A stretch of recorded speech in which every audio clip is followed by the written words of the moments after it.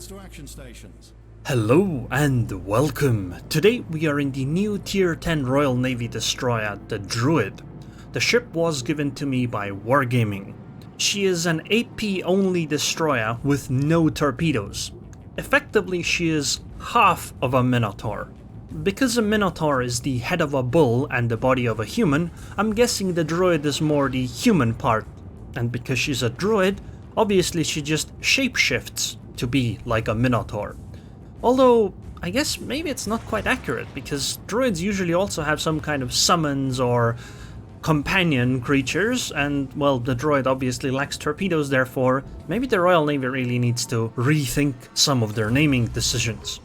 But anyway, the Druid specializes in being an extremely strong anti-destroyer force, which is exactly why I just sailed straight ahead at the start of the game into the sea cap position, because my concealment is 6.6 kilometers, so other destroyers will outspot me.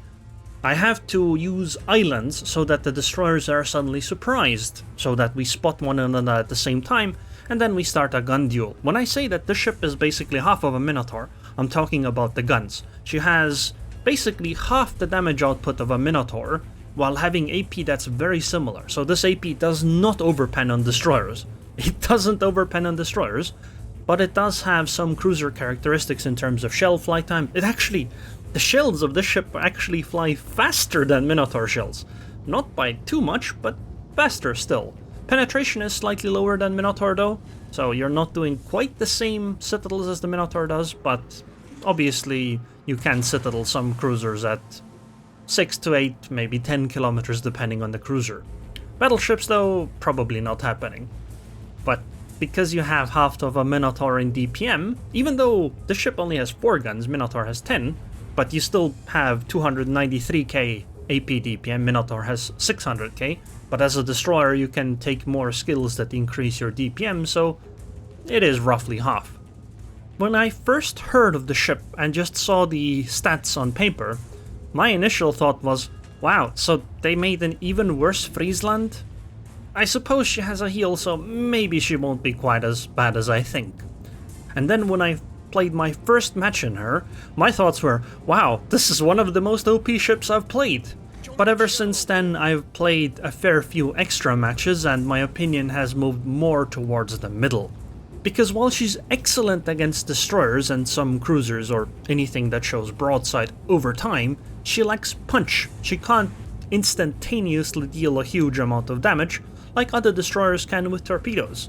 So if a battleship decides to sail straight at you, there's not that much you can do.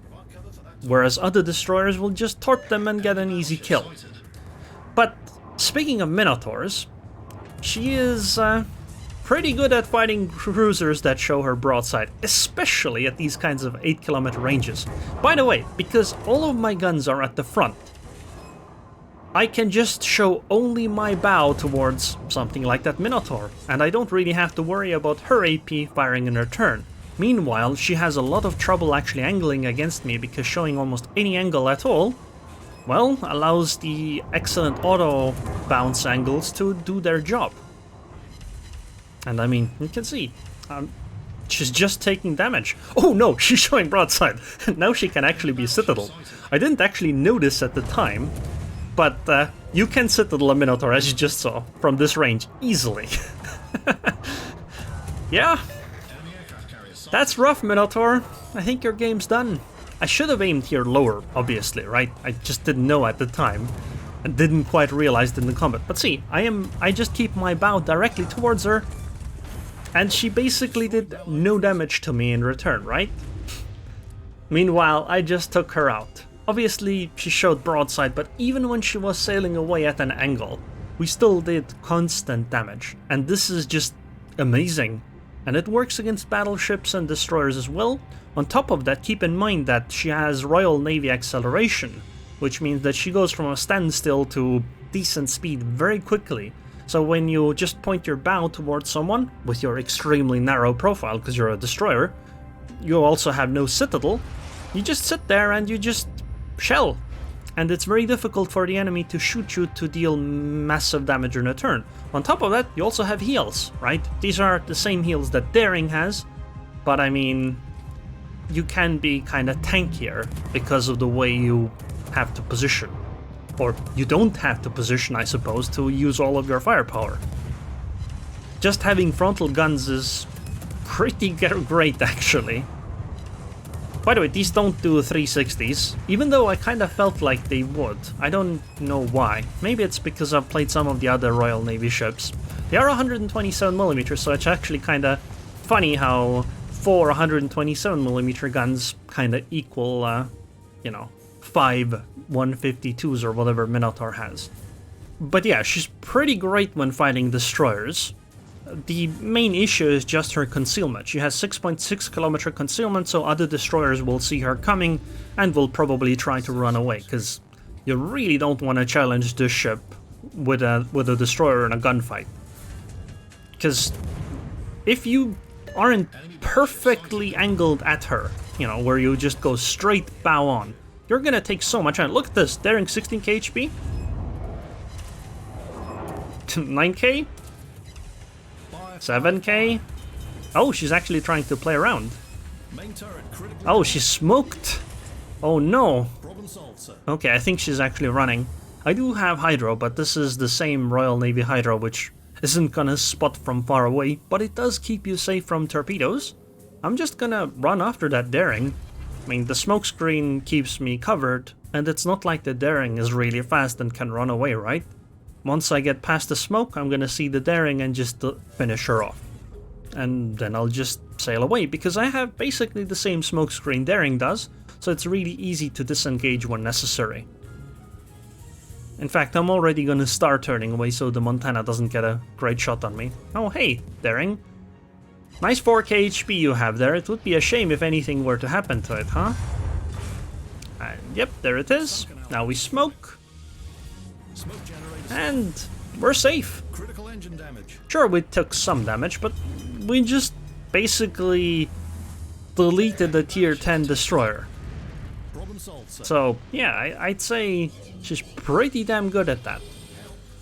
And I mean, even if you just start shelling battleships, while the damage that you do doesn't seem very high, it adds up really quickly. This is basically like a Haruguma just shelling you. The Montana is at 41k HP. Let's shell her for a little bit, especially since she seems to be turning in, which means that our AP should deal significantly less damage.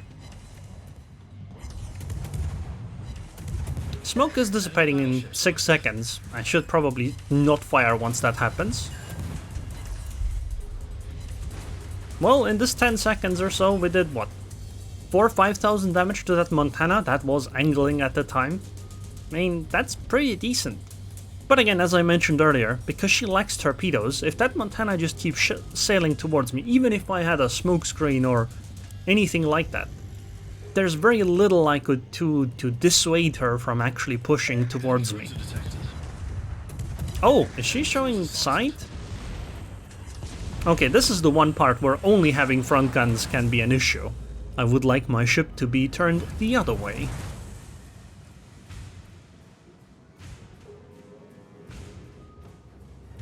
I'm just gonna turn around here, so that my front guns are basically the only things pointing over the island, because it does seem that Montana and the Republic will push from that direction, and perhaps we can make them reconsider, because we really want to have control of the B and C caps. We are losing slightly though. The enemy obviously has one extra ship. Smokescreen, and just keep shelling.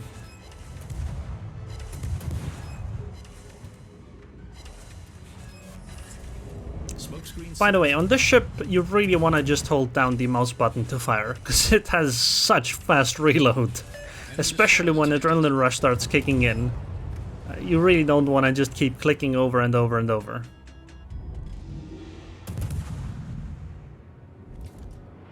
Republique's next. Can we actually use the island, so even if smokescreen isn't there? Yeah, I think we can.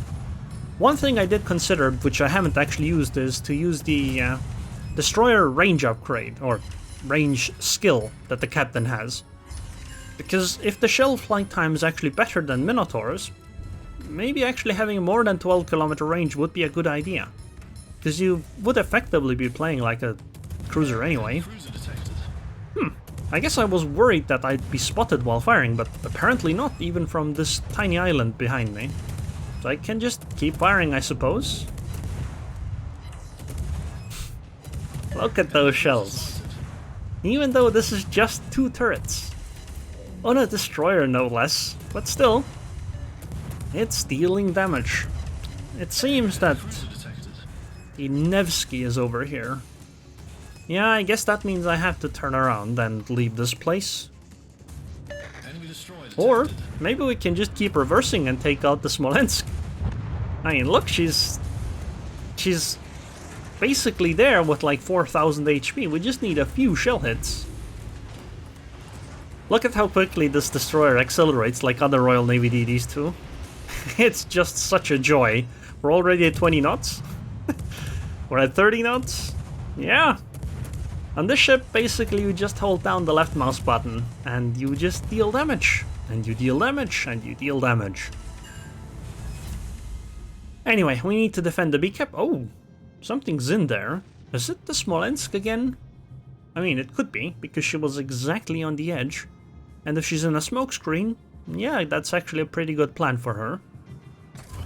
I'm gonna hydro, just in case there are torpedoes. I don't know from what, but maybe there are. You know what? Because there's only the edge, let's just shell the edge. See if maybe we can land some hits to decap. Oh, we did! We managed one. Second one? Well, so much for a Smolensk, huh? I guess this... Oh no, that actually didn't defend the B cap. Wait, so one of the destroyers is in B. Is it the Yueyang? Should be the Yueyang, right? Seriously, what else could it be other than the Yueyang? I guess I'll just go around the island here in the middle. Because I don't want to go straight through this gap here. Because if I didn't pay attention to when Nevsky's radar is up, or if Yueyang is actually not in the smokescreen, she's gonna spot me before I spot her. And then Republic comes around this island and just blaps me for like 1 billion damage. That's probably would end my game. Although the game is looking extremely rough. 4 versus 7. And they have 2 destroyers. I suppose one of them is a Khabarovsk, so maybe not as bad, but still. Also, goddamn, yeah, that I'm so glad I went around the island. That Republic would have definitely devastated me. But maybe we can actually finish the Republic off. She has 26k HP. No need to rush anymore, because obviously we're behind and I can't take the cap back immediately anyway. I guess I'll have to smoke here, but I'll wait until I actually see the Republic pointing her guns at me. Look at the damage though. She had 26k HP, right? Well, she's at 15k now. Okay, GK finished her. I suppose that's good enough too. And now we go into the B cap, and hopefully we find the Yueyang. Although it's possible that she will just run, because she does have... Somebody has RPF, I'm gonna assume it's the Yueyang. And so she'll roughly know when I'm coming. Game's looking bad though. Republic's gonna go down soon. I'm not sure how much HP the Yamato has, but... There's still 5 of the enemies. And they still have a radar cruiser. Oh yeah. Yamato only has 33k HP. This is...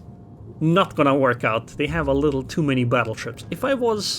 If this destroyer had torps, maybe it's possible. Oh, hello Yueyang. 6k HP, huh? Oh, she smoked up. Dang, that's a problem. Because now I don't know. Or now I have to get really close and keep chasing her to actually get the Yueyang. And if the Nevsky actually is coming closer, she's probably gonna radar me. Or something along those lines.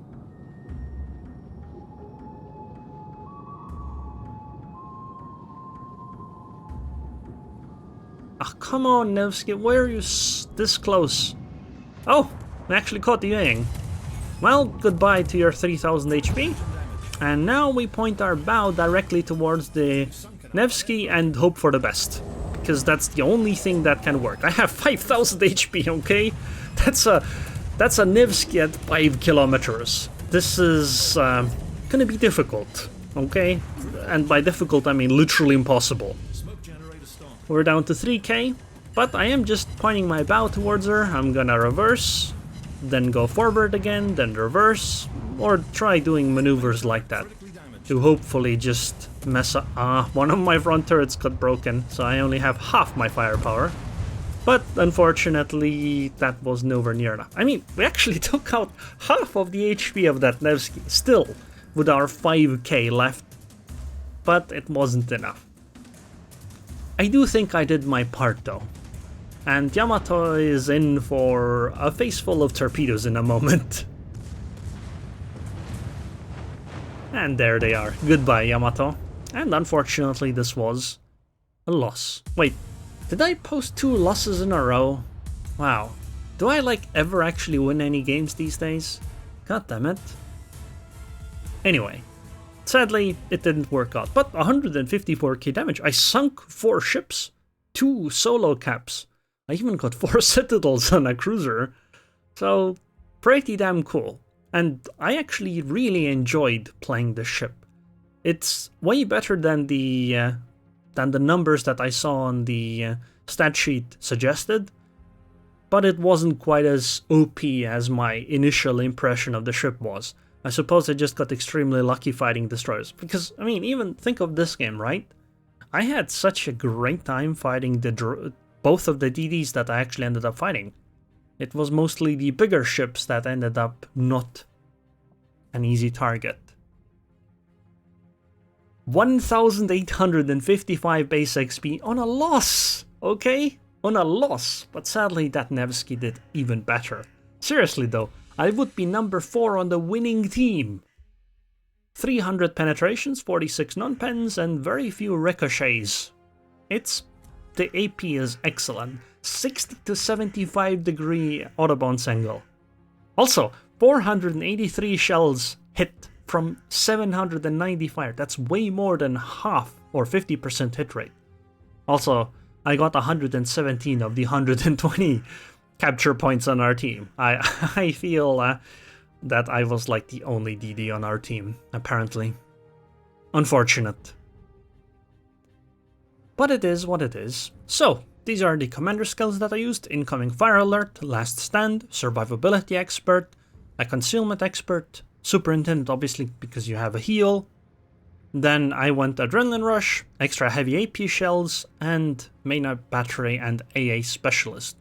You could get some other skills, for example, as I mentioned, the range upgrade or fearless brawler, for example. These would all be options you could go for. And maybe you should actually take preventative maintenance, I'm not entirely certain. But this build was good enough. Upgrades, reload obviously, concealment, then rudder shift. Here I picked the AA gun upgrade, mostly because none of the other stuff matters.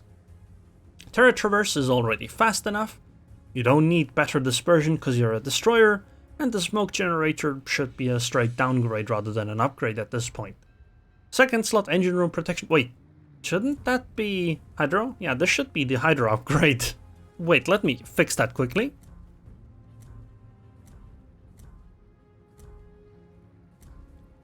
And there it is, the hydro upgrade. So now the hydro lasts for almost 4 minutes, 237 seconds.